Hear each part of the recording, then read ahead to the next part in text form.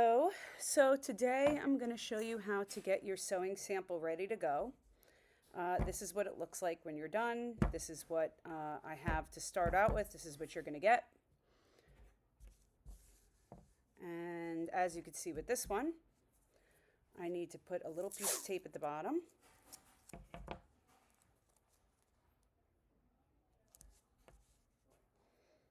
And I'm going to write my name.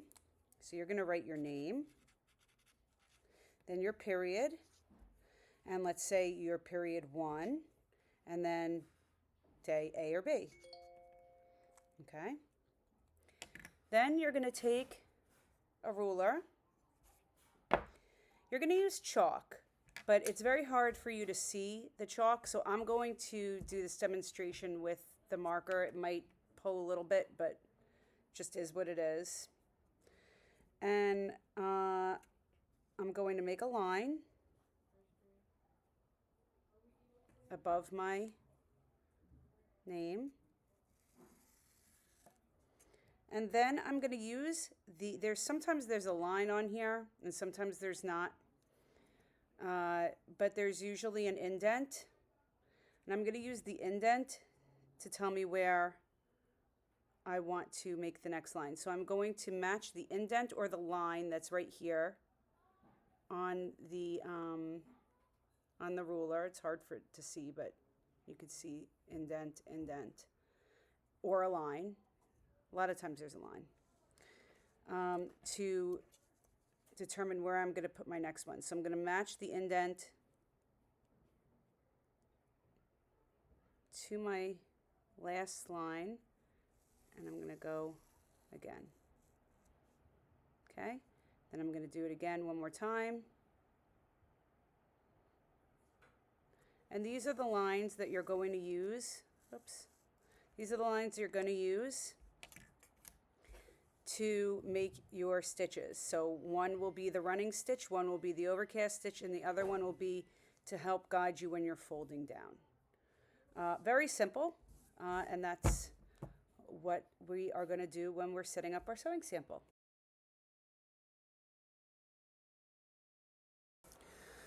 Hey kids, all right, we're going to go over how to do the running stitch now. So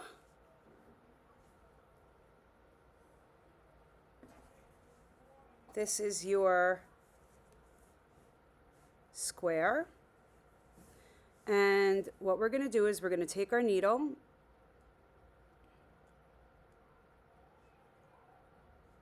we're going to go up through the square, and we're going to follow our line so that we have a nice straight line, and we're going to go down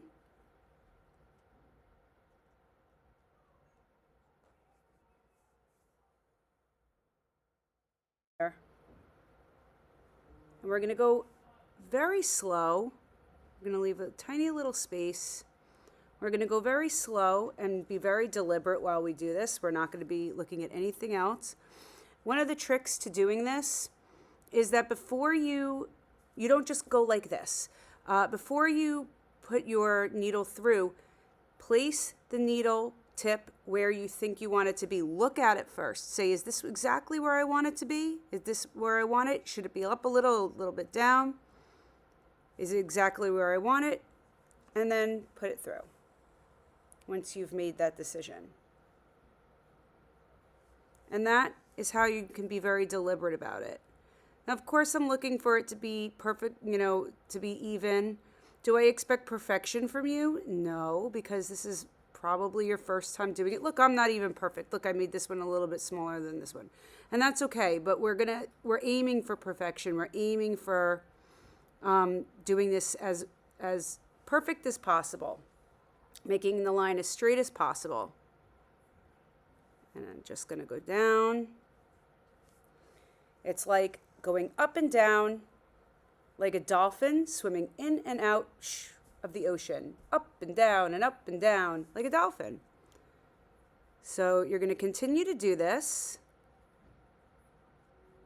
all the way across.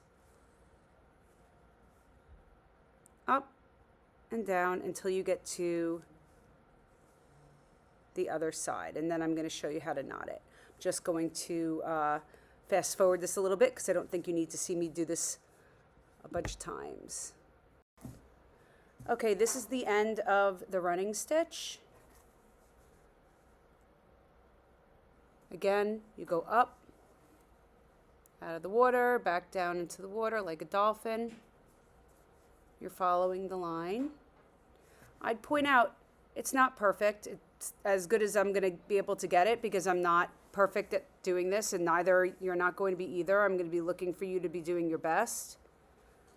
It's hand stitching. It's not, you know, using a sewing machine. So it's never going to be 100% perfect, but you do your best. So once you get to the end, you have to knot and close it off, because if I was just to snip this now, it would just fall out. There'd be nothing here holding it in place. So you're going to flip it over, and you're going to take a little piece of fabric with your needle, and you're not going to go through this side. See how you don't see the needle here, but it's in here? That's because I scraped the fabric with the needle, and now I'm going to pull. And sometimes I have to like separate the string so that it doesn't tangle in on itself. And I'm going to take the needle and I'm going to put it through the hole.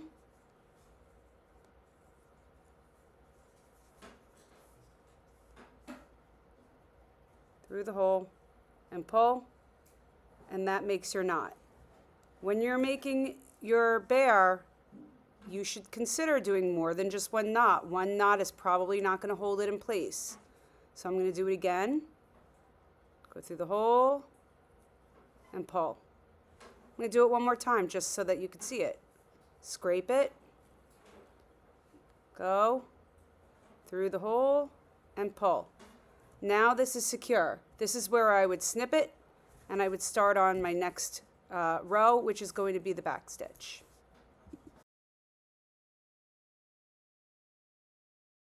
Okay, so now we're going to start on the back stitch. The back stitch is a great stitch because it's actually a lot stronger than the running stitch. I actually like it better, and while some people think that this is harder, I think this is easier. I don't know why I do, I just kind of do. So I'm going to start from going from the bottom, and I'm going to make a running stitch. That's how it begins, with a running stitch.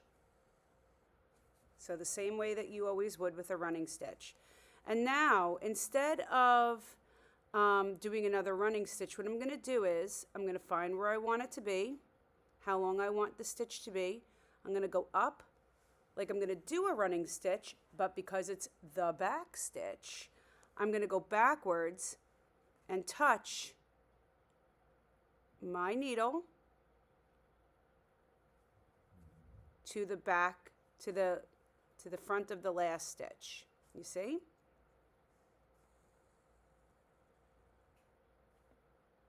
And it's going to connect them. I'm going to do it again. Ready? I'm going to find where I want it to be.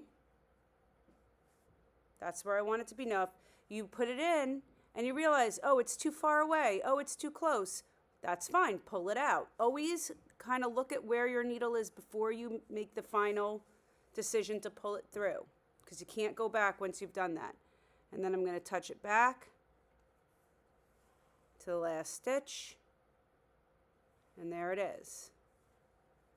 It's just a little crooked, but it's hard for me to demonstrate and do this and hold it up, but that's okay. I'm going to continue to do this. I'm going to go all the way to the end, and then I will show you how we will seal it off again. We will knot it off. Okay. Okay, so we're almost done. I'm at the end, as you can see. So I'm just going to finish it off because we're going all the way up to here.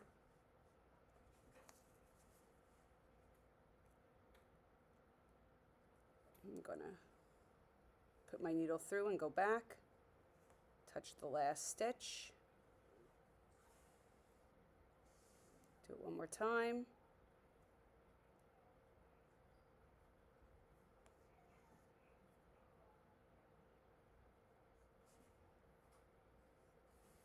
And there we go. So I'm going to flip this over and you're going to see the difference. So you can see the difference. This was the running stitch right here, and this is the back stitch because we're touching the stitch to the last stitch, and so it makes a line.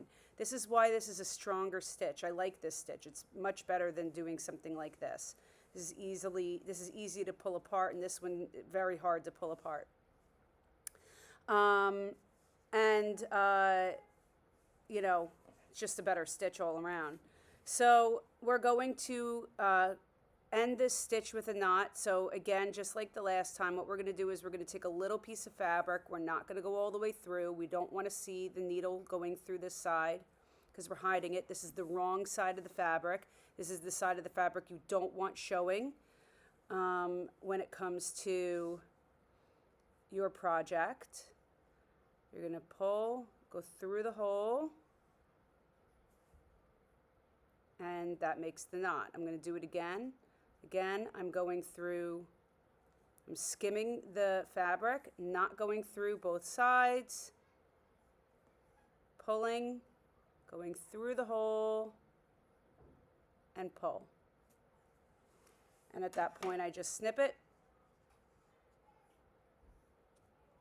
and that's it. Okay, so now we're at a point where we're going to practice pinning. We have our third line. It's very hard to see, but there it is on the square. So I'm going to use that as a guide for using my pin for pinning my my square. So I'm going to fold down my fabric so that it's even to the line, like this. And then I'm going to use the pins to pin it down.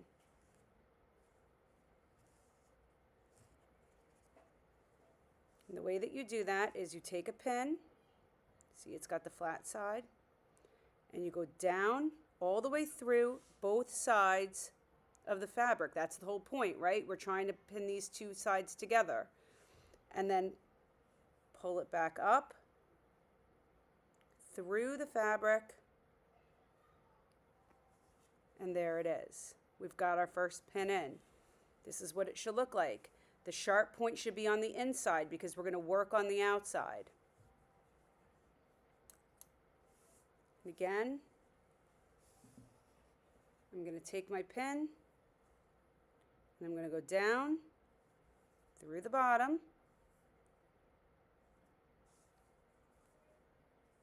through the fabric, up, and there it should be. Okay? Very simple.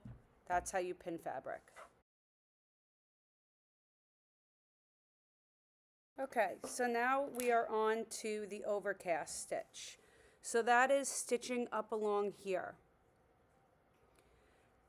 This is why we want the pins facing inward, that sharp point, because if it's not in and it's sticking out, you are going to stick yourself. Now the first thing that you need to do is you need to take your needle and you need to put it inside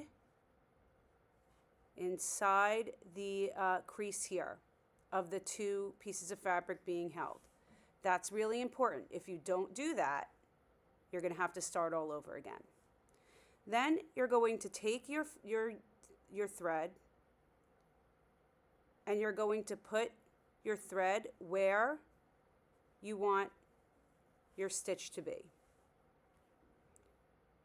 And you're going to take your needle and put it to the top of the thread and pull, and it will make the stitch. Let's try again. I want them again about, let's say,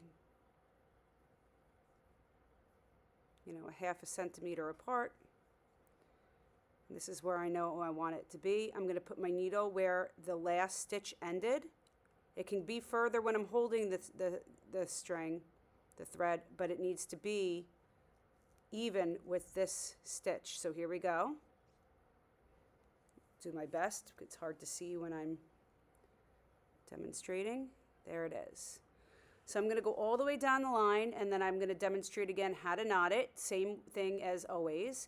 And that'll be it, because you will do this side of your pin square and this side of your pin, I'm sorry, not pin square. This side of your sample and this side of your sample. And then when the sample is done, you'll hand it in for a grade. Okay. Okay, so we're at the end with the overcast stitch, and I'm going to just finish it off. So what you do is you lift up the little flap to hide the knot, pull up, and then take a little piece of fabric again, skimming it, not going through the other side, pull, go through and pull. A little piece of fabric.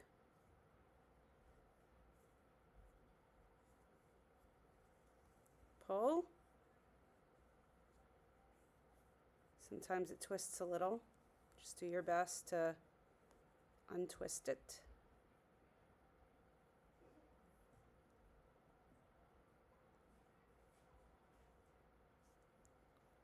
Go through the hole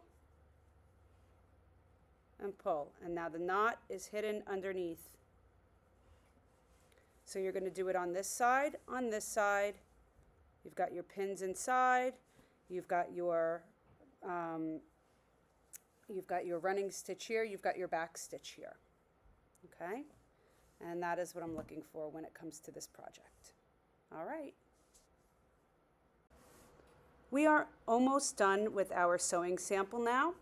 I'm going to remove the pins because I don't want to get stuck for this last part. And what I want to do is I want to put my buttons on this side.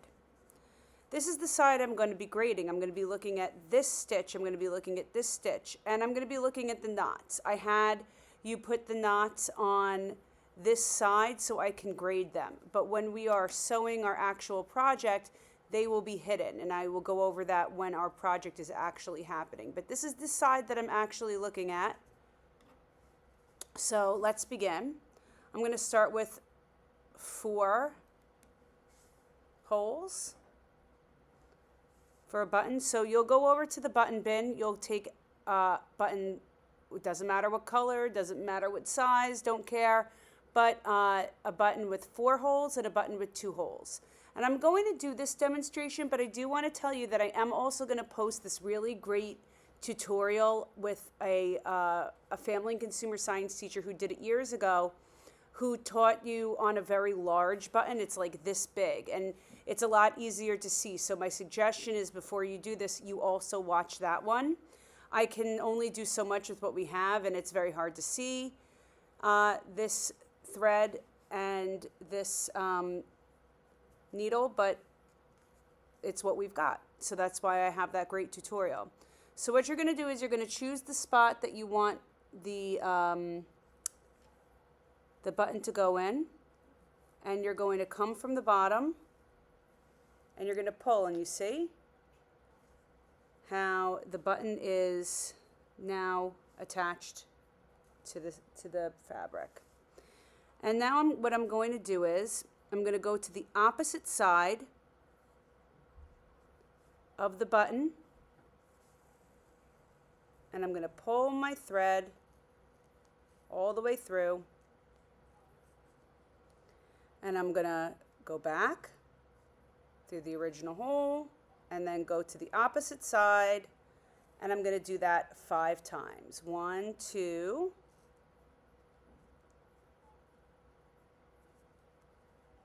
3. Oops, sometimes it gets caught.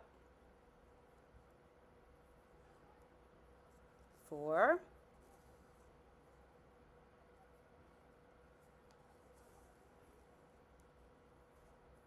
5.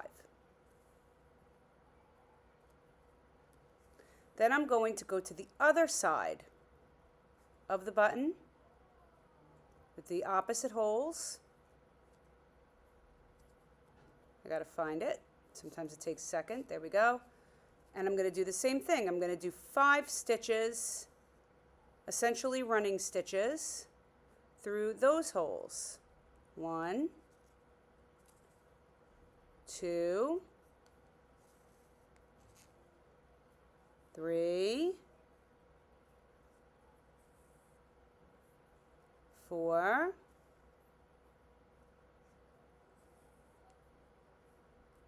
5.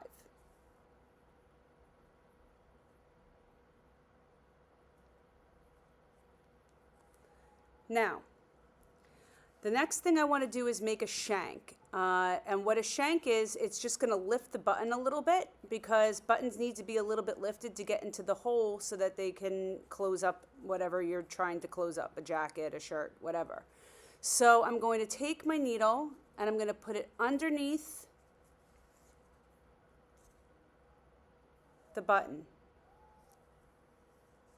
And then I'm going to take my thread and I'm going to wrap it 4, 5, 6, about 5 to 6 times. And that will help just lift the button a little bit.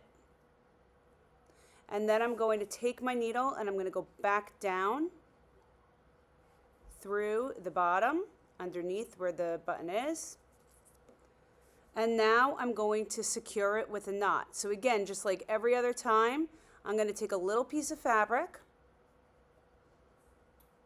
I could take a little bit of a bigger piece this time because it's hidden by the button. I don't need to scrape the fabric. I can go in a little bit deeper, and I'm going to go through the hole and I'm going to pull my fabric, go through underneath the button, being careful to go underneath the button and not off to the side, because if it's off to the side, then I'm going to see this knot and you're going to lose points and it just doesn't look good. And do that twice and then snip it. And there it is. There's your button. You're going to do the same thing with your button with just the 2 holes. But instead of 10, because you went 1, 2, 3, 4, 5, 1, 2, 3, 4, 5, you're only going to do 5. So 1, 2, 3, 4, 5 stitches, and then underneath you're going to make your shank and then secure it. Obviously, that means that when you're choosing a button for being at home for anything that you're looking for, the button that has 4 holes is always going to be a better choice because it's going to be more secure. Can you believe that if you go to a laundromat that they will charge you $20 to do this? That is why learning how to sew a button is so important. It's just a basic thing that everybody should know how to do. So I will expect a button with 4 over here and a button with 2 over here, and then you will hand it in, you will get a grade, and you'll be moving on to your next project.